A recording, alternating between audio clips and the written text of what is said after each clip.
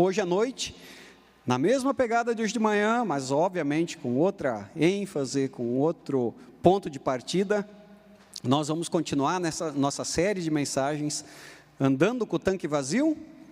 Hoje à noite nós vamos falar sobre reabastecidos para a missão. Nós estamos levando em conta esse livro do N. Cordeiro, mesmo título.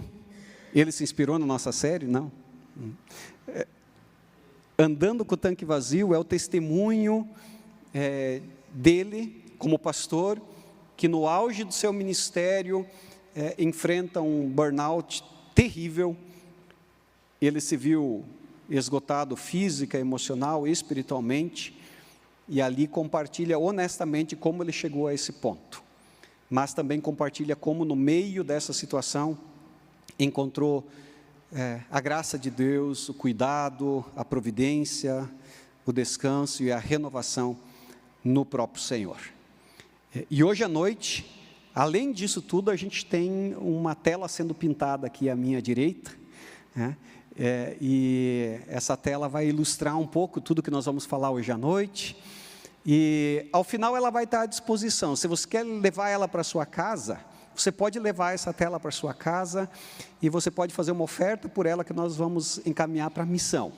Tá? Então, obrigado Mari, Deus te inspire durante esse tempo, e ao final dá uma olhada, e quem sabe, leva para casa, como uma forma de você continuar sendo inspirado por aquilo que Deus quer falar contigo. No primeiro encontro da série, recapitulando um pouco, se você não pôde estar com a gente falou sobre aquilo que esvazia o nosso tanque. Nós chegamos assim, nesse momento do ano, e a gente sempre mais escuta pessoas dizendo: eu estou cansado, só pelo final do ano, só pelas férias. Então a gente quis trazer um pouco isso, conectando com o Evangelho e nos perguntando o que o Evangelho tem a dizer para nós nesse momento. E a primeira mensagem então foi um pouco de diagnóstico, assim, de a gente olhar o que é que leva as pessoas ao cansaço, o que leva as pessoas a chegarem em determinado momento da sua vida, da sua jornada, exaustos, exauridos nas suas forças físicas, emocionais, espirituais.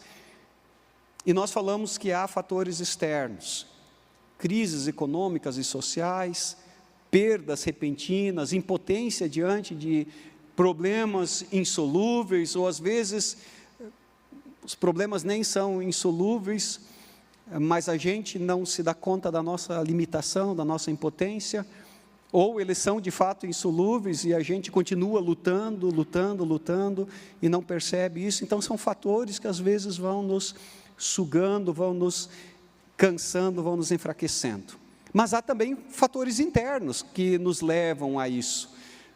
Às vezes, situações mal resolvidas ou não resolvidas, mágoas, rancores, falta de receber ou liberar perdão, às vezes ausência de foco, ausência de direção, de metas para a sua vida, nas mais diversas áreas.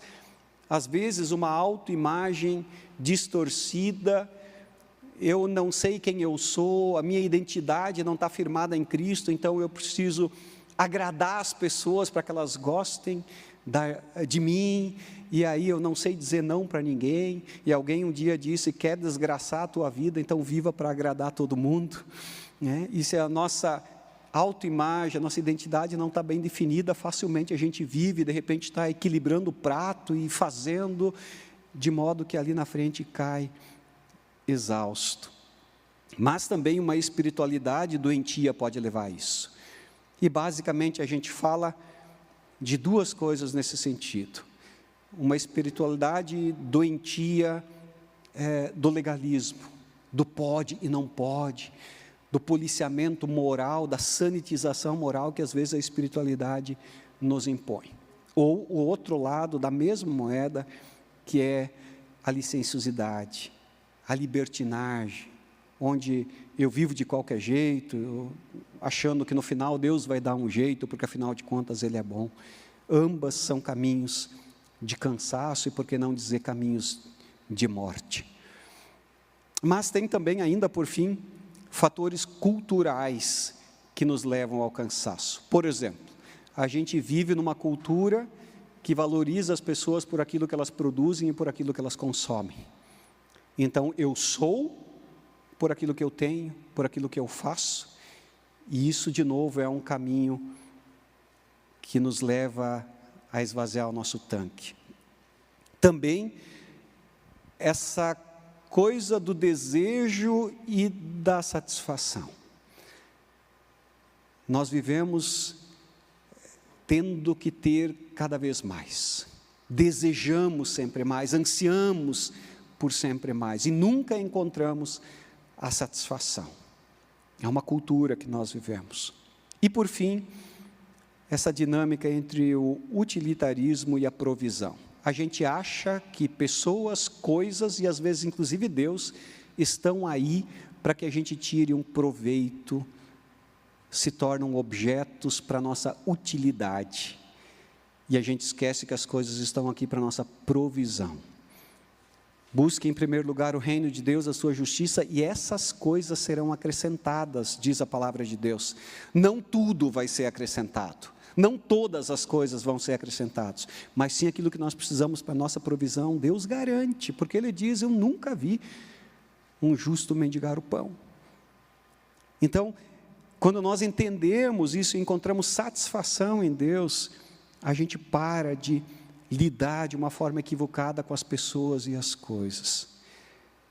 Quais os sintomas de que o nosso tanque está vazio? Olhamos para Elias e vimos ele prostrado, medo, autocondenação, baixa autoestima, senso de derrota, autojustificação, autocomiseração e a relutância de dar um novo passo. São sintomas de pessoas que estão entrando na reserva, estão com o tanque vazio.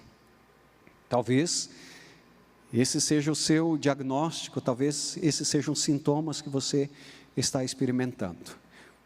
Mas Deus, Ele se move com graça, com misericórdia, não com dedo em riste, mas com braços abertos, dizendo, venham a mim os cansados, os sobrecarregados, tomem sobre vocês o meu jugo e aprendam de mim, porque eu sou manso e humilde de coração e achareis descanso para a vossa alma. E aqui está a segunda parada dessa nossa jornada. Na semana passada, nós falamos sobre essa parada necessária. Na semana passada, a gente trouxe essa reflexão de que a gente reconhece, sim, que a gente precisa de um dia de descanso na semana, de que a gente precisa de um período de férias, a gente precisa de folgas. Isso, aliás, é mandamento de Deus. Aliás, é um mandamento que no nosso tempo a gente quebra com orgulho, né? Deus disse para a gente separar um dia da semana para descansar e para santificar. Parece que dos 10 mandamentos, esse a gente quebra com orgulho, né? Porque a gente pega a nossa agenda assim e diz, olha só como eu sou ocupado. Olha quanta coisa eu faço, olha como eu produzo, eu não paro. E a gente fala com orgulho disso. É um pecado que a gente comete com orgulho, se é que dá para dizer isso. Deus ordena que a gente tenha pausas, que a gente tenha paradas. Mas não é disso que a gente está falando quando a gente escuta esse convite de Jesus, venham a mim os cansados e sobrecarregados e achareis descanso. Ele está falando não de uma parada eventual, uma reabastecida para mais uma semana, para mais alguns quilômetros. Ele está falando de algo muito mais profundo. Ele não quer trocar uma peça, ele não quer colocar mais alguns litros, ele quer assumir a direção. Ele quer assumir a direção.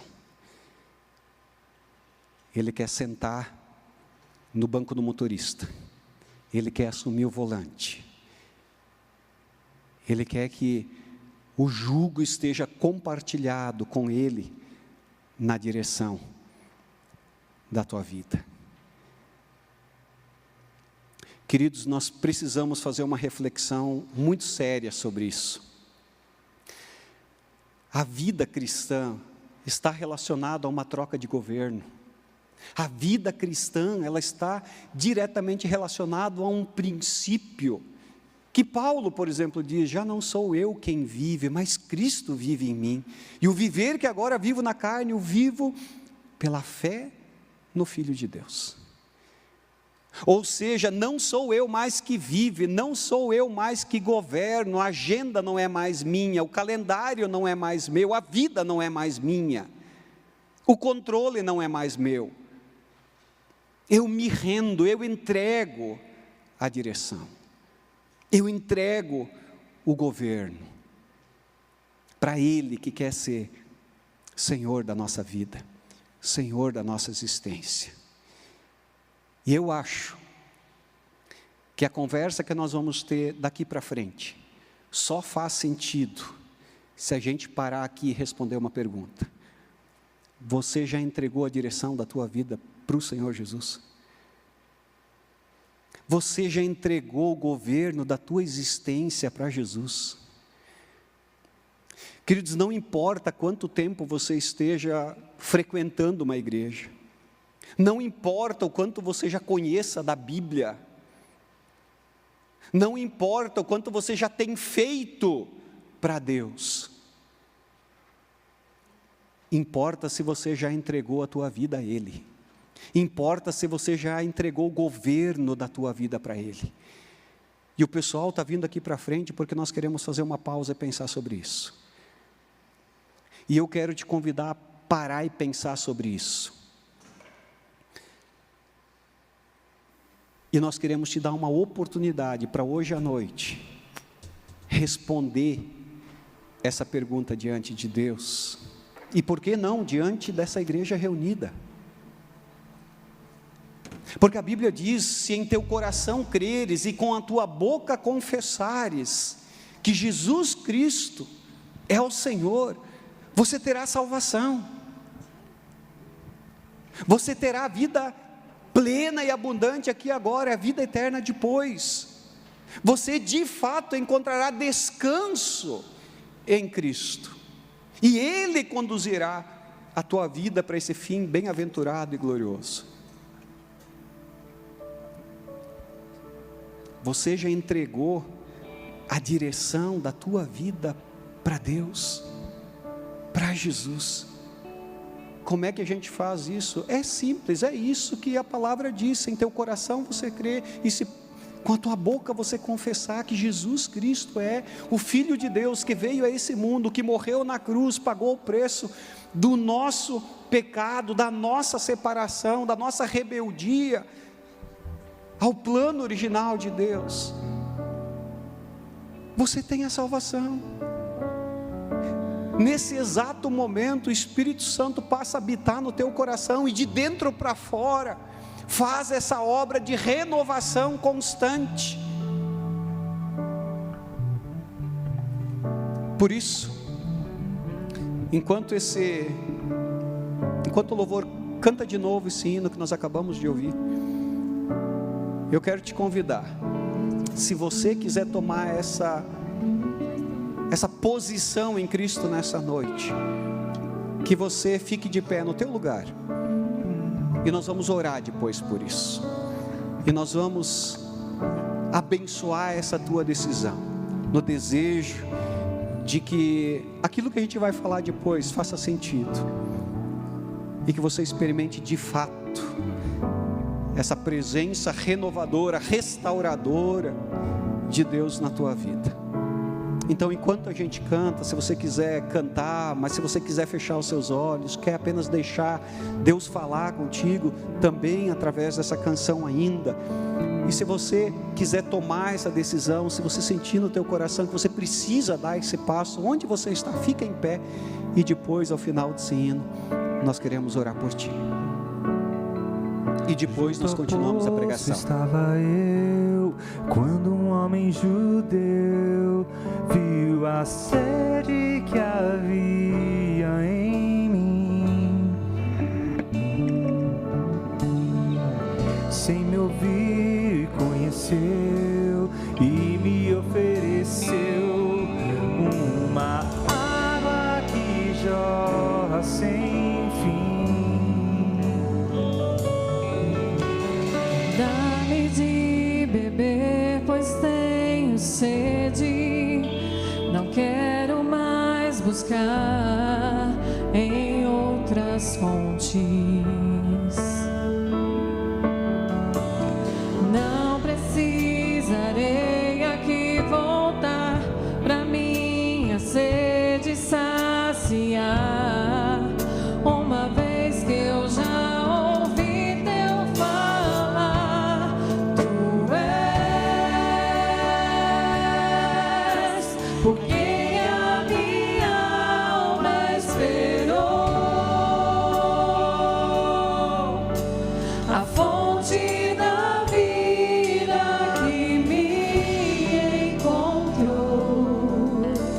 És o dom de Deus, o Messias, o meu Salvador.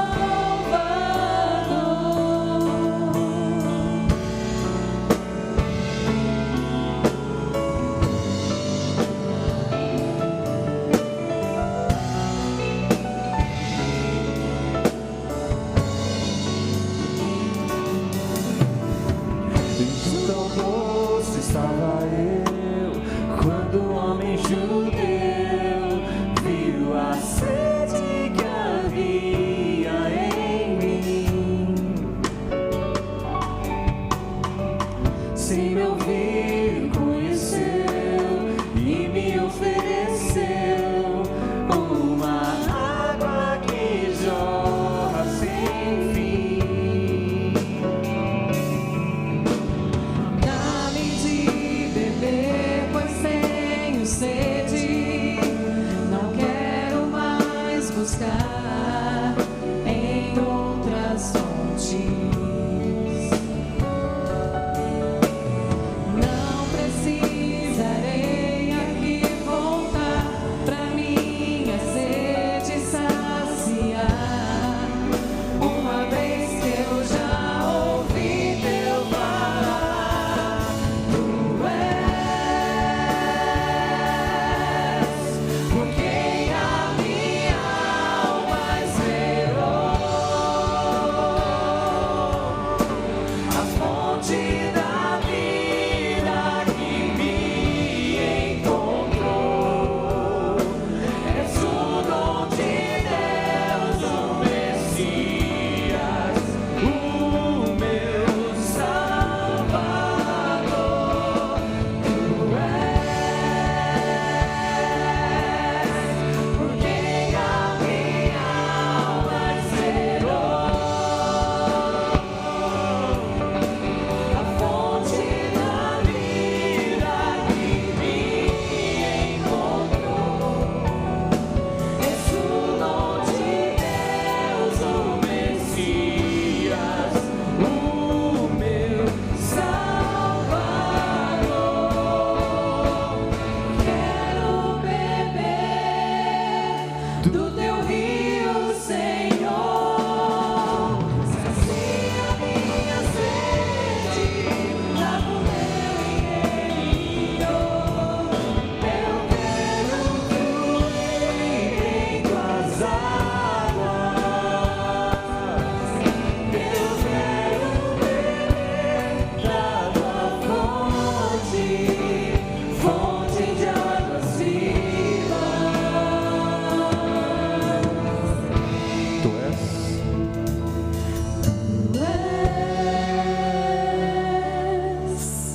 por quem a minha alma esperou, a fonte da vida que me encontrou. És o dom de Deus, o Messias, o meu Salvador.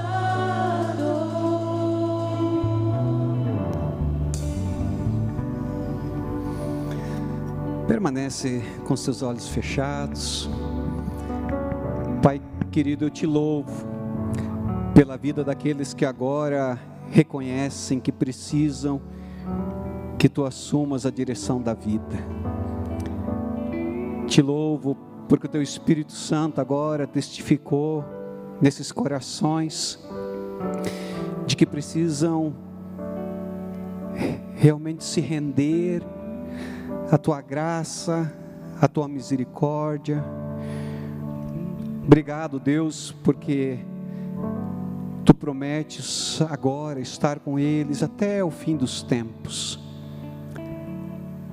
Espírito Santo, faz morada agora nesses corações, e mesmo que as circunstâncias ao redor deles não mudem, eles possam saber que nunca mais estarão sozinhos na jornada, e que de dentro para fora o Senhor vai providenciando força, o Senhor vai providenciando alegria, o Senhor vai providenciando paz, esperança, um poder sobrenatural de continuar andando, olhando firmemente para o autor e consumador da fé deles, o Senhor Jesus Cristo.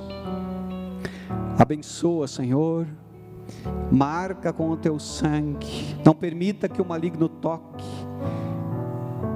Pai querido, que a tua boa e poderosa mão os sustente, e que assim, Senhor, de uma forma renovada agora, a jornada deles continue. Pai querido, sacia a sede, e que do interior deles flua agora a água que jorra para a eternidade. Assim, Pai, eu invoco sobre eles a tua bênção e os abençoo em nome de Jesus. Amém, Senhor, amém. Vocês podem sentar. Se depois vocês quiserem conversar um pouco mais sobre esse momento, podem nos procurar. Queridos, nós queremos dar um novo passo hoje na nossa série. Obrigado, equipe. Se vocês querem tomar assento, depois vocês voltam. Nós queremos entender então que Deus nos reabastece, que quando a gente faz a nossa parada obrigatória, necessária, como vimos na semana passada, depois que entramos na reserva, Ele o faz não apenas para nos confortar, não apenas para que a gente se sinta bem, mas Ele o faz para nos enviar com um novo propósito de vida. Ou seja, Ele nos reabastece para uma missão.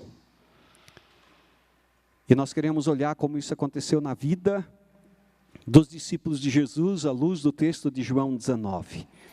Lá diz, a partir do versículo 19, ao cair da tarde daquele primeiro dia da semana, estando os discípulos reunidos a portas trancadas por medo dos judeus, Jesus entrou, pôs-se no meio deles e disse: paz seja com vocês.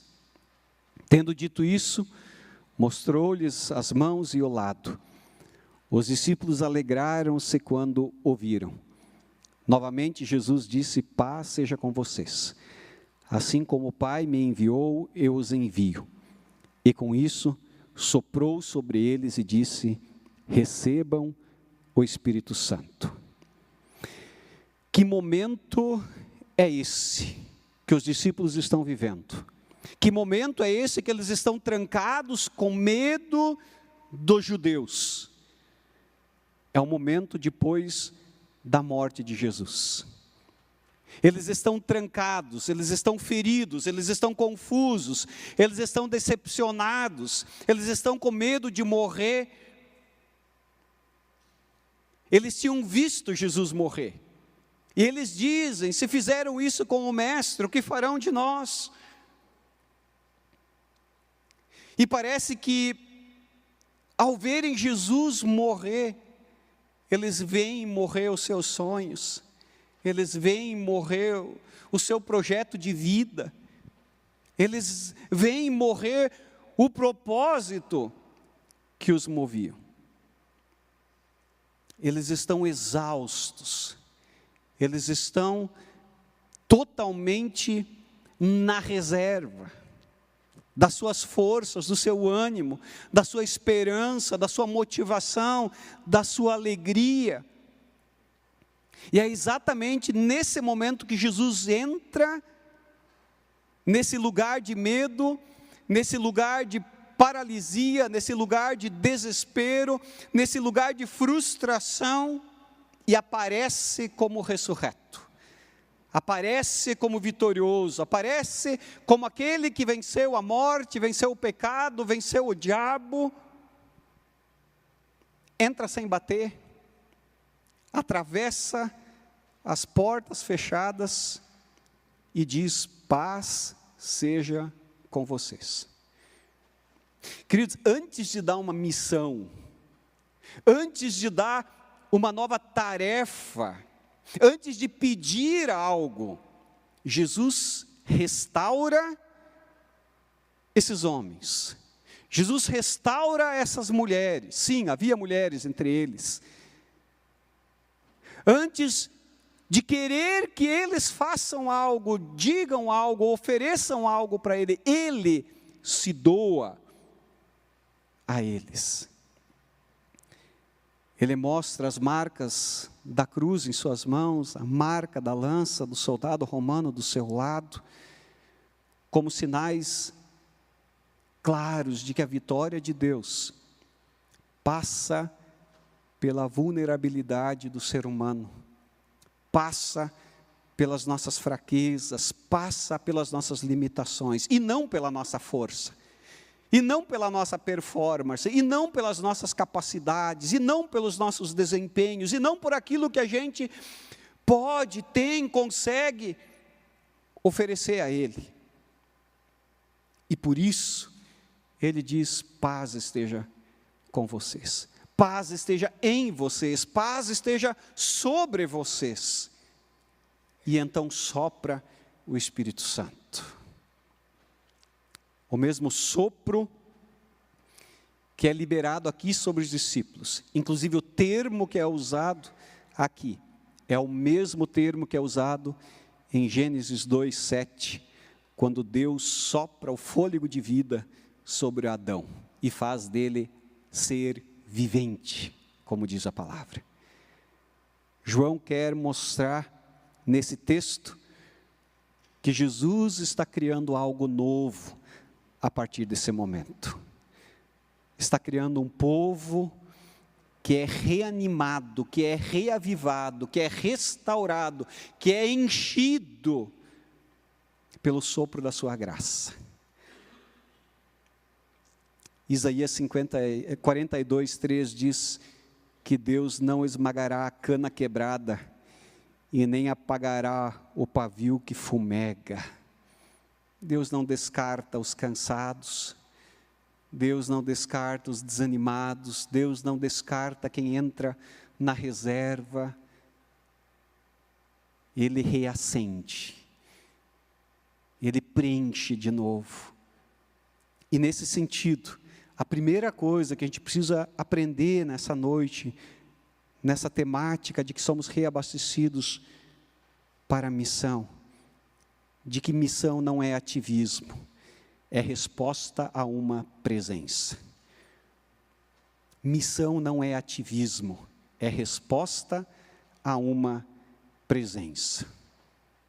Eu gosto como Agostinho, um grande líder da história da igreja, fala da sua conversão.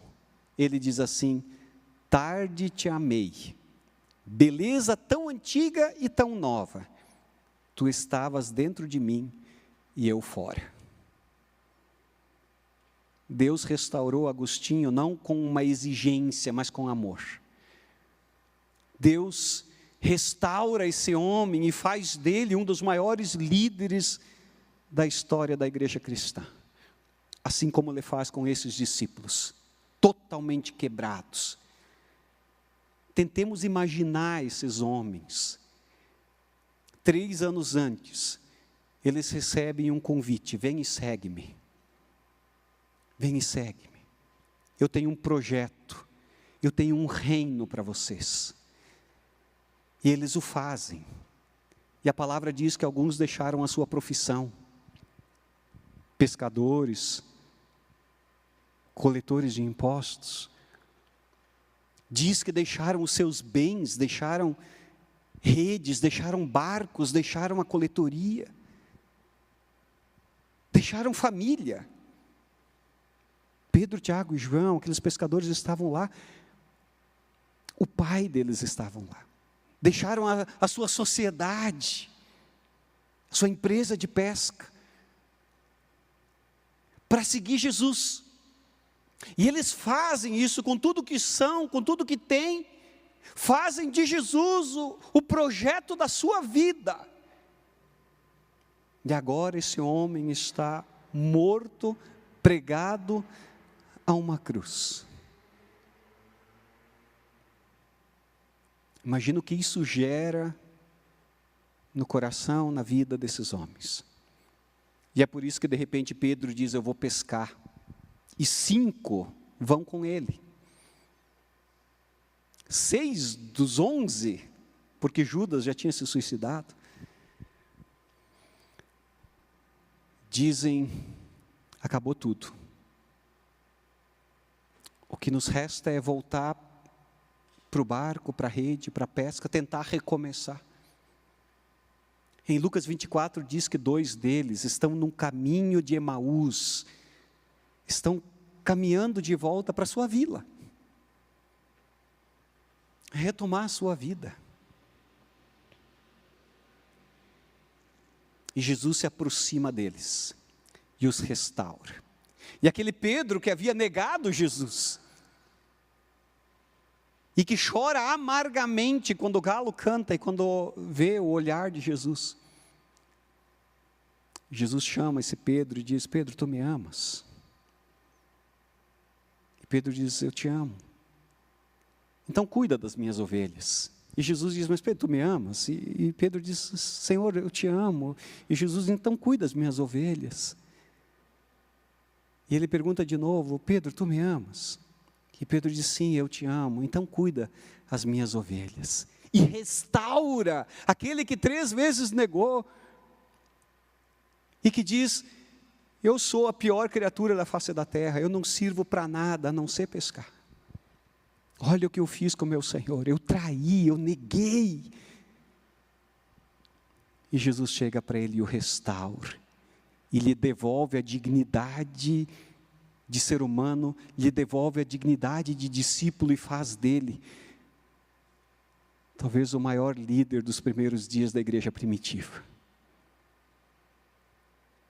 A presença de Jesus na vida desse homem o restaura, na vida desses homens os restaura, dessas mulheres as restaura. A presença de Jesus renova, enche o tanque. E por isso, queridos, a missão é sempre uma resposta. Deus sempre é quem dá o primeiro passo. Deus é sempre aquele quem toma a iniciativa. E por isso, antes de servir, a gente precisa deixar Deus nos restaurar.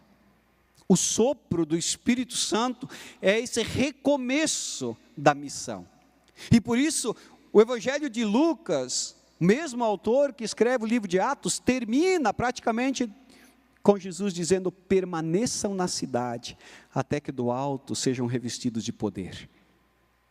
E Atos começa, capítulo 1, versículo 8, vocês receberão poder, quando o Espírito Santo descer sobre vocês, e serão minhas testemunhas, tanto em Jerusalém, como em toda a Judéia, Samaria e até os confins da terra. Antes de correr para fazer, a gente precisa permitir que Jesus entre na sala, entre no cenáculo da nossa alma e sopre o sopro dele, o sopro do Espírito sobre as nossas vidas. Por isso, querido, quando a gente diz que a gente precisa entregar a chave da direção, quando a gente precisa entregar o governo da nossa vida para o Senhor, a gente faz isso reconhecendo que não há como nós oferecermos algo para Ele, para que algo aconteça. O que podemos nós entregar a Ele, sem que antes Ele o tenha dado a nós?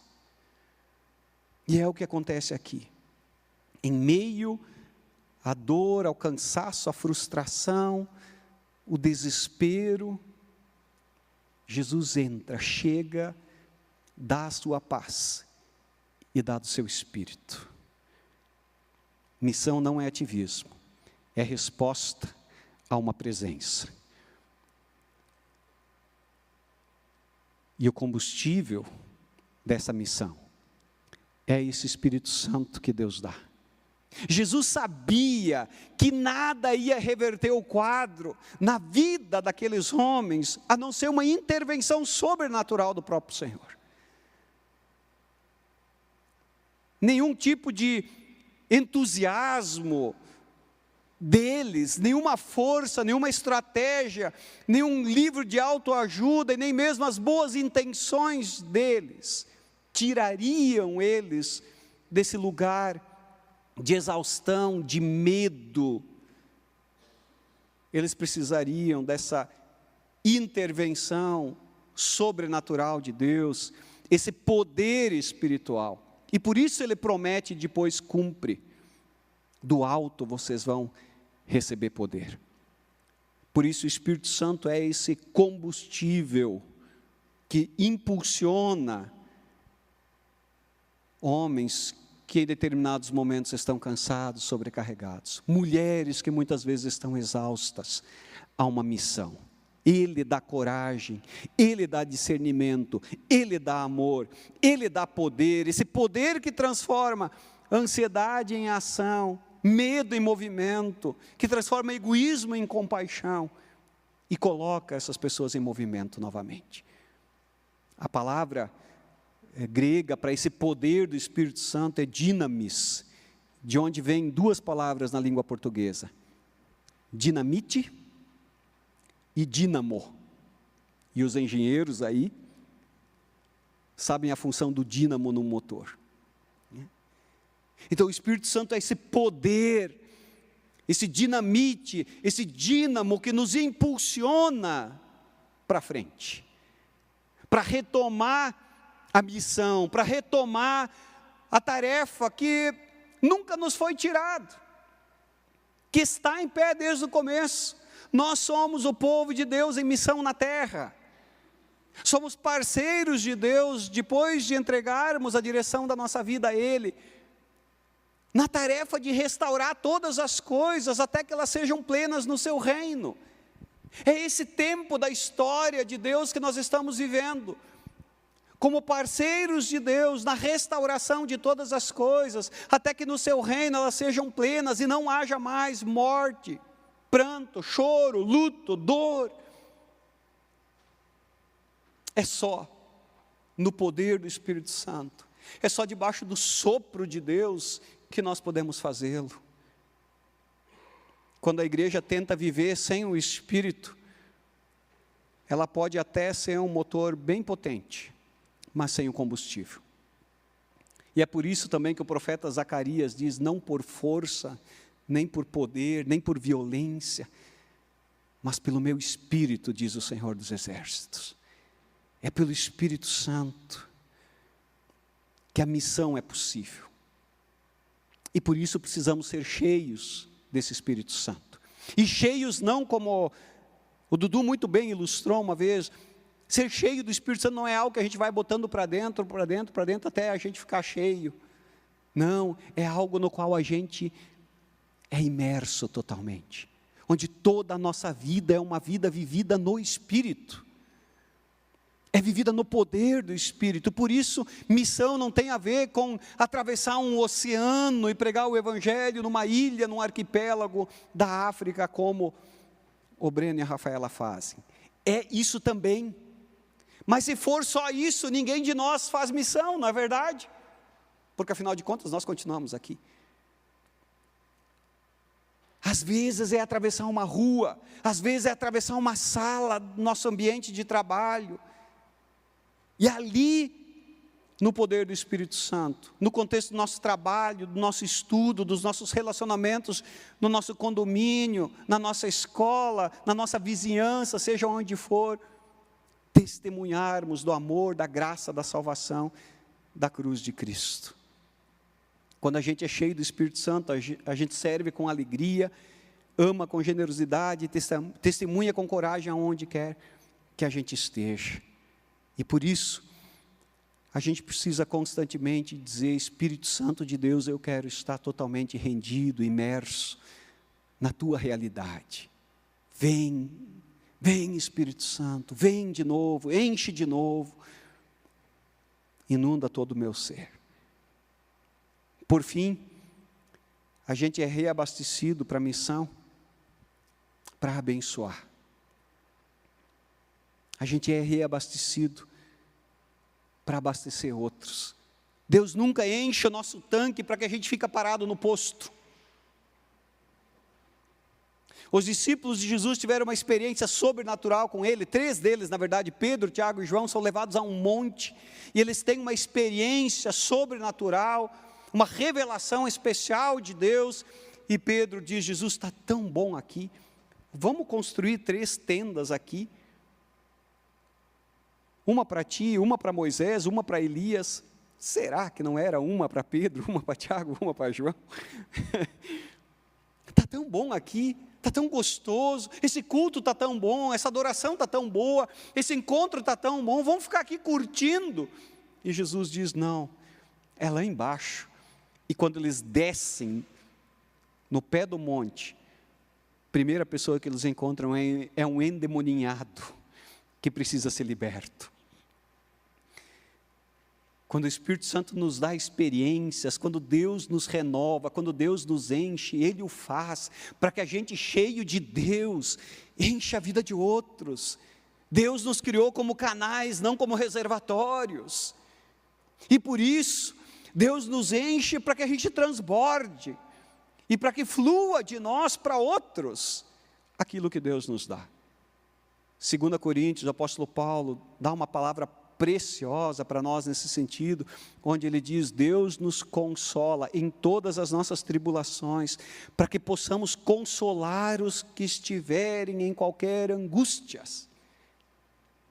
Então, quando Deus te consola, Ele o faz para que você fique atento aos desconsolados ao teu redor.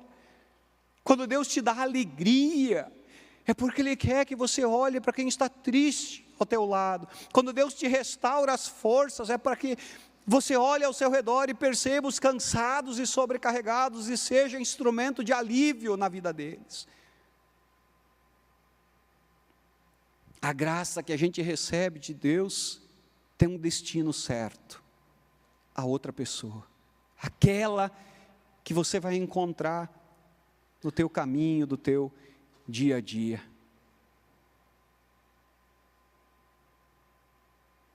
Quando eu penso no chamado de Abraão, lá em Gênesis 12, ele diz: sai da tua terra, da tua parentela, vai para uma terra que eu te mostrarei.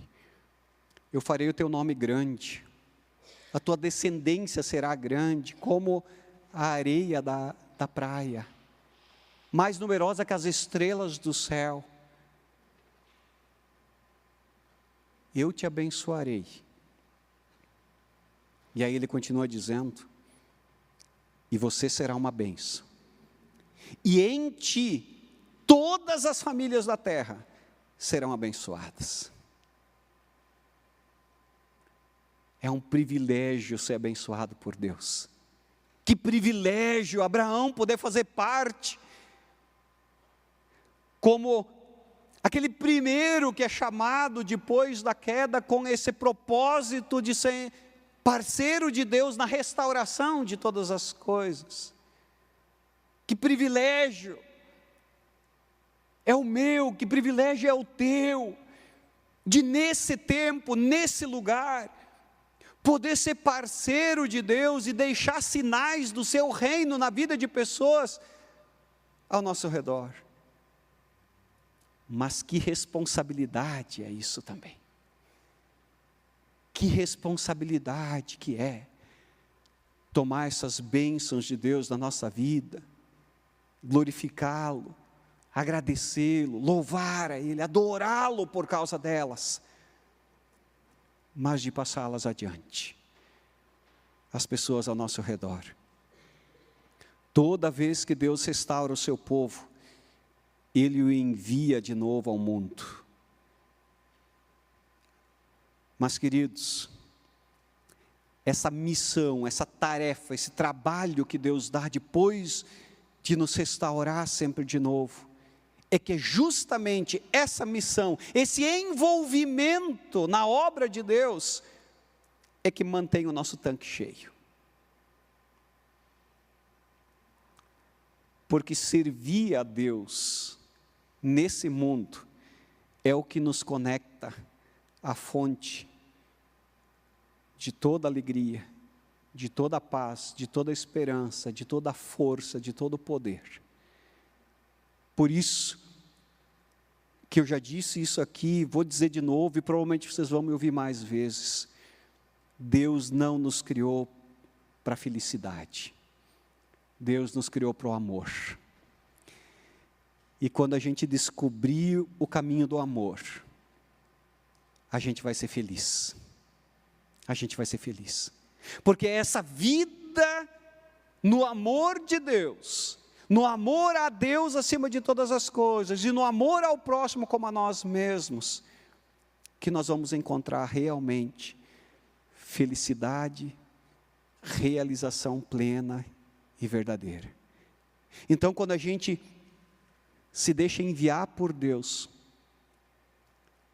para essa missão, quando a gente recebe esse reabastecimento de Deus e passa isso adiante como canal de Deus, é que de fato a gente vai estar constantemente abastecido. A fonte de Deus nunca seca. A fonte de Deus nunca seca. A água que corre do trono de Deus nunca seca. Ela vai jorrar para sempre, ela vai jorrar para a eternidade, ela vai fluir de dentro de nós, como rios de água viva que jorram para a eternidade. Então, queridos, quando Deus toca o teu coração, quando Deus te restaura, quando Deus te renova, quando Deus te reaviva, Ele o faz para que você o sirva. E ao servi-lo, você vai experimentar sempre de novo o renovo do Senhor sobre a tua vida. Que Deus se mova na tua direção. Talvez você esteja cansado, sobrecarregado. Talvez você esteja frustrado. Talvez você esteja desanimado. Talvez você esteja com medo. Talvez você esteja sem esperança. Saiba que nessa noite, Deus está nesse lugar dizendo: paz seja contigo. A minha paz eu te dou, não a dou como o mundo a dá, por isso não se atemorize o teu coração. Nessa noite, o Espírito Santo sopra de uma forma renovada sobre a tua vida, sopra de uma forma renovada sobre essa igreja. De uma forma renovada hoje, Deus distribui seus dons, o seu poder para te colocar de pé, para você sair desse ambiente, atento às necessidades e às oportunidades ao teu redor, para que ali você seja instrumento de Deus, de vida plena, de vida abundante, de vida eterna. Se eu posso te deixar um desafio, fica atento nessa semana. Fica atento nessa semana. Eu creio que Deus vai te dar a oportunidade nessa semana de abençoar a vida de alguém, de renovar alguém, de restaurar alguém, porque Ele vai fluir de ti para a vida de alguém. Talvez alguém muito despretensiosamente venha e diga: estou com uma dor de cabeça, faz uns dias. Quem sabe seja a oportunidade que Deus está te dizendo, está te dando, para não dar aquela receitinha de vó. Nada contra a receitinha de vó, mas de dizer: posso orar por ti? De botar a mão na cabeça de alguém e dizer: em nome de Jesus, levanta e anda. Talvez alguém se mova na tua direção e diga: pois é, as coisas não estão muito legais lá em casa. E você possa chamar essa pessoa para um café e possa ouvi-la. Talvez alguém conte, como eu disse, algo muito despretensioso. Fica atento, porque essa pode ser a oportunidade que Deus está te dando, para que o poder, a graça, a força, a paz, a alegria, o Espírito Santo flua de ti na vida de alguém. E Deus fará certamente grandes coisas. Amém? Fecha seus olhos. Pai querido, que essa palavra seja confirmada pelo Teu Espírito nos nossos corações. Deus, Tu conheces as necessidades de cada um, mas Tu também conheces, Pai, as necessidades das pessoas ao nosso redor. E talvez nós sejamos a resposta para a oração que nós mesmos fizemos. Tu queres nos usar, Senhor, e nós queremos dizer: eis-nos aqui, envia-nos, usa-nos para aquilo que o Senhor quer fazer. Pai querido, sopra sobre nós a Tua paz, sopra sobre nós o Teu Espírito, sopra sobre nós o Teu poder, e envia-nos, e usa-nos para a Tua honra, para a Tua glória, e para a alegria de muitos, em nome de Jesus. Amém.